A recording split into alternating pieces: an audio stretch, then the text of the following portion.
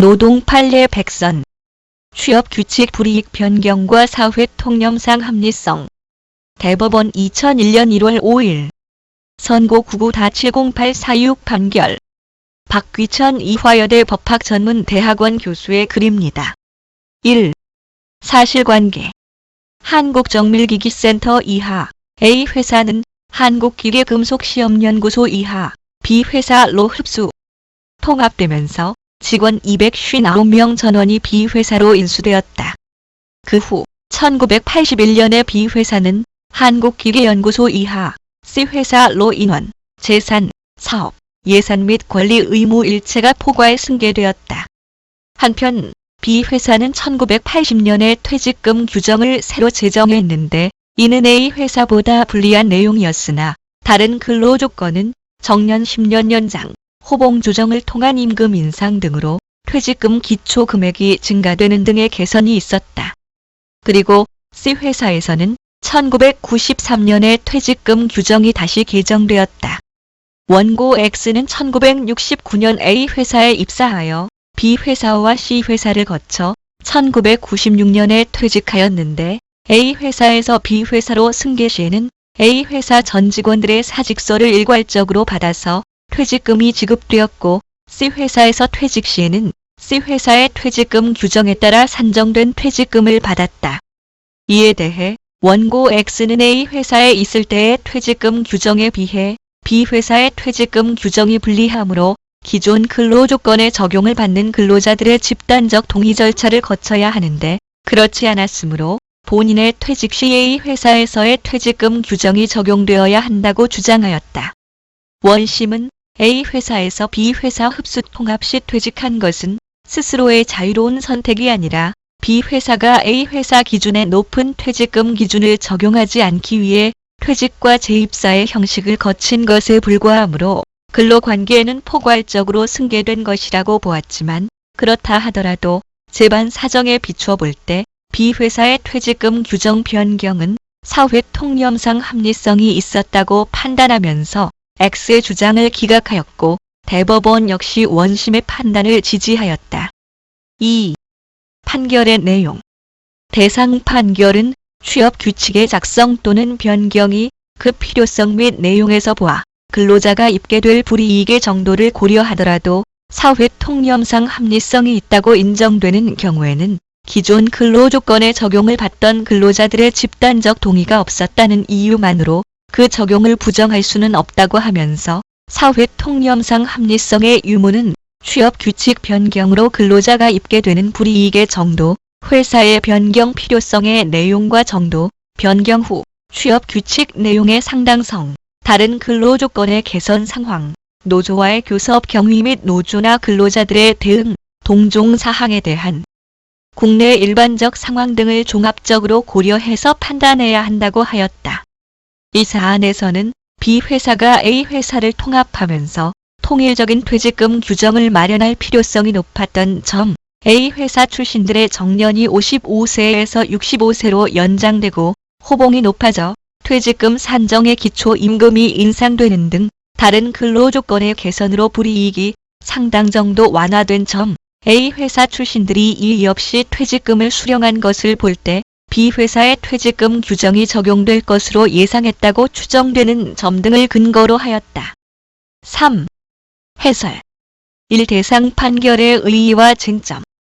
근기법 제94조 제1항 단서는 사용자가 취업규칙을 불이익하게 변경하는 경우에는 근로자의 피해를 방지하기 위해 근로자들의 집단적 의사결정 방식에 의한 동의를 받도록 명문화하고 있다.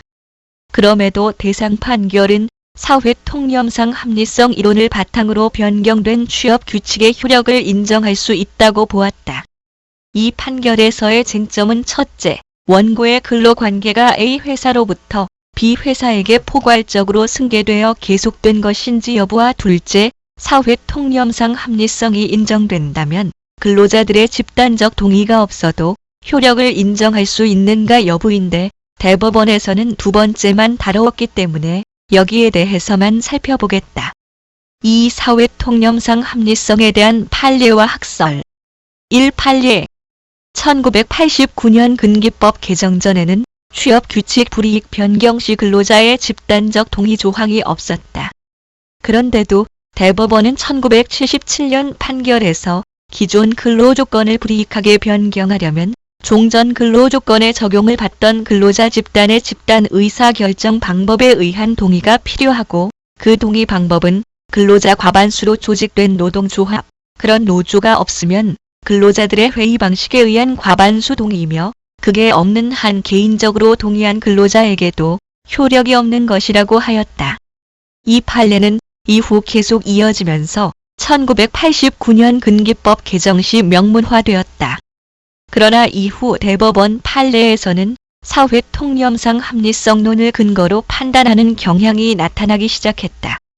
다만 대부분의 판결에서 근로자의 동의를 받지 않아도 될 정도의 사회 통념상 합리성이라는 것을 쉽게 인정하지는 않았고, 특히 2010년의 대법원은 취업 규칙을 근로자에게 불리하게 변경하는 경우에는 그 동의를 받도록 한 근기법을 사실상 배제하는 것이므로 제한적으로 엄격하게 해석해야 할 것이라고 판시하기도 하였다. 이 학설, 사회 통념상 합리성론은 학계에서 많은 비판을 받고 있다. 즉, 사회 통념상 합리성론은 취업 규칙 불이익 변경 시 근로자 집단적 동의를 얻도록 하는 규정이 없는 일본에서 판례를 통해 확립된 이론인데, 우리나라에서 이 추상적 기준을 내세워 법에서 요구하고 있는 근로자의 동의를 받지 않은 취업 규칙의 효력을 인정하는 것은 법 해석의 한계를 벗어난 해석이라는 것이다. 대표적으로 김영배 교수님과 임종률 교수님 등이 그렇다. 3대상 판결의 평가. 사회 통념상 합리성론은 취업 규칙 불이익 변경의 효력 요건으로 근로자들의 집단적 동의를 명문으로 요구하고 있는 근기법 규정과 조화되기 어려운 해석이다. 그리고 그 외에도 A 회사 출신들이 퇴직금을 수령한 것에 대해 B 회사 퇴직금 규정이 적용될 것으로 예상했다고 추정된다고 본 것도 사회 통념상 합리성 인정의 고려 사항으로 제시하고 있는데, 이러한 추정이 근기법상의 명문 규정을 사회 통념상 합리성으로 대체할 만한 근거로 쓰일 수 있는 것인지 의문이 들고, 더 나아가서 A 회사에서 B 회사로 근로 관계가 단절되지 않고 포괄적으로 승계되었다고 인정함에도 불구하고 퇴직금을 이의 없이 수령했다는 점을 사회 통념상 합리성 인정 근거로 제시한 것도 적절하지 못한 측면이 있다. 결론으로는 의문이 든다, 적절치 못한 측면이 있다라면서 점잖게 표현을 하셨는데, 내용 자체는 이 판사놈들 바보 아냐? 라는 느낌입니다. 사실 법이라는 게 현실에서의 문제를 떠나서 법전에서만 존재할 수는 없기 때문에 사회적인 충격이나 갈등을 최소화하기 위한 현실 논리를 병행할 수밖에 없는데, 그러다 보니 법과 현실의 문제가 중심을 잡기 어려운 측면이 있을 수밖에 없다는 생각도 듭니다. 그래서 학계에서 이처럼 비판을 한다 하더라도 법원이 사회 통념상 합리성론을 버리지는 않을 거라 생각합니다.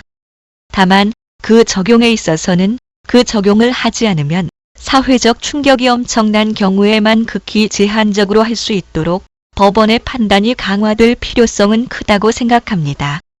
도움이 되셨길 바랍니다. 들어주셔서 고맙습니다.